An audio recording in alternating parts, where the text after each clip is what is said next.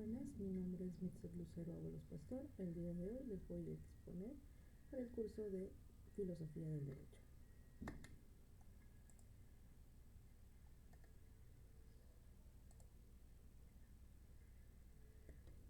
Primera dama envuelta en caso de corrupción, organización criminal en agravio del Estado.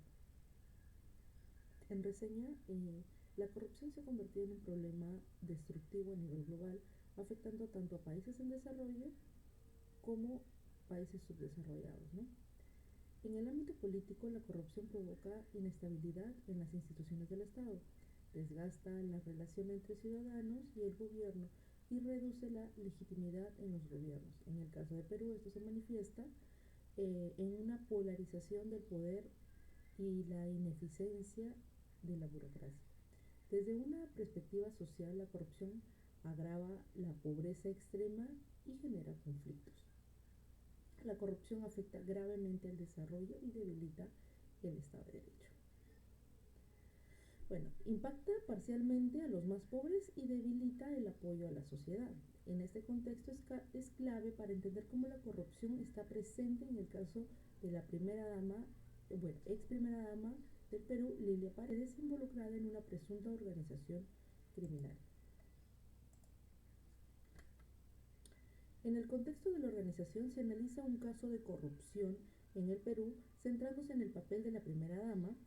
Se destaca que la señora Paredes tenía la responsabilidad de gestionar y acelerar proyectos de inversiones públicas, pero en vez de cumplir esta función de manera adecuada, extendió estas tareas a familiares, empresarios no vinculados al Estado. Esto ha llevado a una investigación por una presunta organización criminal y corrupción en su entorno. Además, el expresidente de Perú también enfrenta investigaciones por tráfico de influencias y organización criminal, lo que ha provocado una crisis política, social y económica en el país.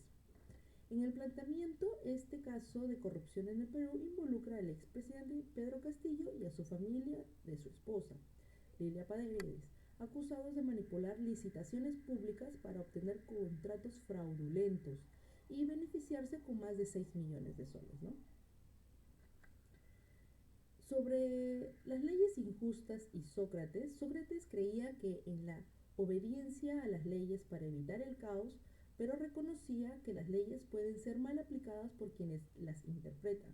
En la práctica, aunque la ley busca la igualdad, la humanidad presidencial, puede impedir un debido proceso justo. Sócrates sostenía que la injusticia aumentaba cuando los crímenes quedaban impunes.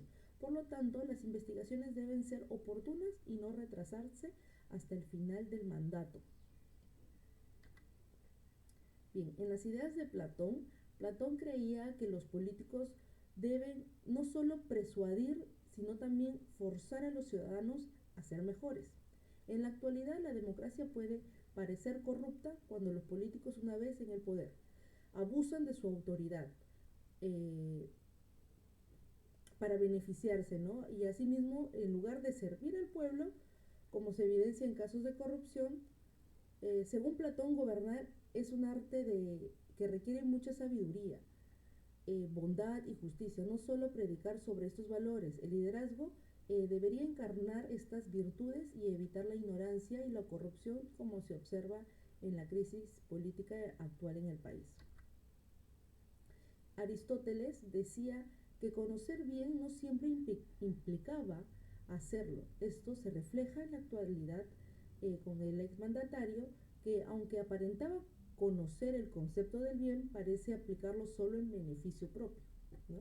Aristóteles define la justicia como dar a cada uno lo que corresponde según la norma, mientras que la injusticia es lo contrario. La corrupción y el abuso de poder en el gobierno actual muestran una falta de justicia, las acciones que favorecen intereses personales en lugar de un bien común. La polarización política y la corrupción reflejan una falta de ética y racionalidad en la política actual. Bien, lo que nos dice Hobbes, Locke y Russell, el contrato social busca mantener una paz y asegurar la justicia y refleja la voluntad general. En teoría debería crear orden y justicia, pero en la práctica el contrato social parece haber fallado. En el actual gobierno de Perú, que prometió presentar a los pobres, ha favorecido intereses personales sobre el bienestar general, ¿no? Ignorando las necesidades del pueblo y profundizando la desigualdad. Esto demuestra cómo la corrupción y el mal manejo gubernamental ha desintegrado el contrato social y ha llevado a las situaciones insostenibles. Sobre el deber moral en Kant, él define la moral a través del imperativo categórico, un mandato interno incondicional que guía la conducta basada en los principios universales.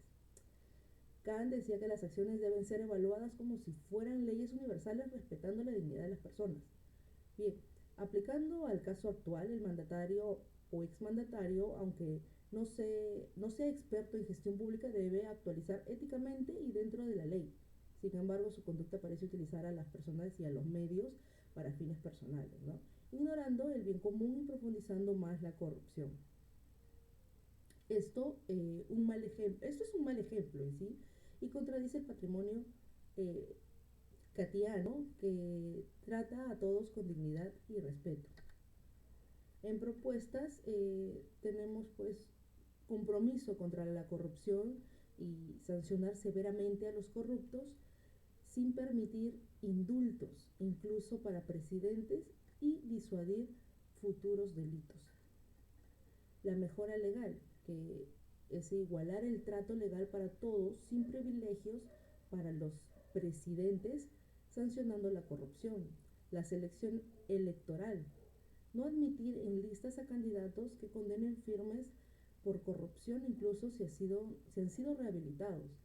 En la reforma pública, seleccionar a los profesionales competentes sin vínculos clientelares para garantizar la independencia y la efectividad en el sistema. Audiencias públicas, interpretar rendición de cuentas para promover la participación ciudadana y recuperar la confianza de las autoridades. En conclusión, esto nos muestra que la corrupción desgasta totalmente las instituciones y afecta el desarrollo, desincentiva la inversión y la mira de la confianza pública. Impacta desproporcionalmente a los más pobres y facilitada por la debilidad legal y los sobornos, ¿no? En recomendaciones es desarrollar un plan de acción anual contra la corrupción con la colaboración de la sociedad civil y ofrecer asesoría en ética y medidas anticorrupción a instituciones públicas y privadas. Muchas gracias.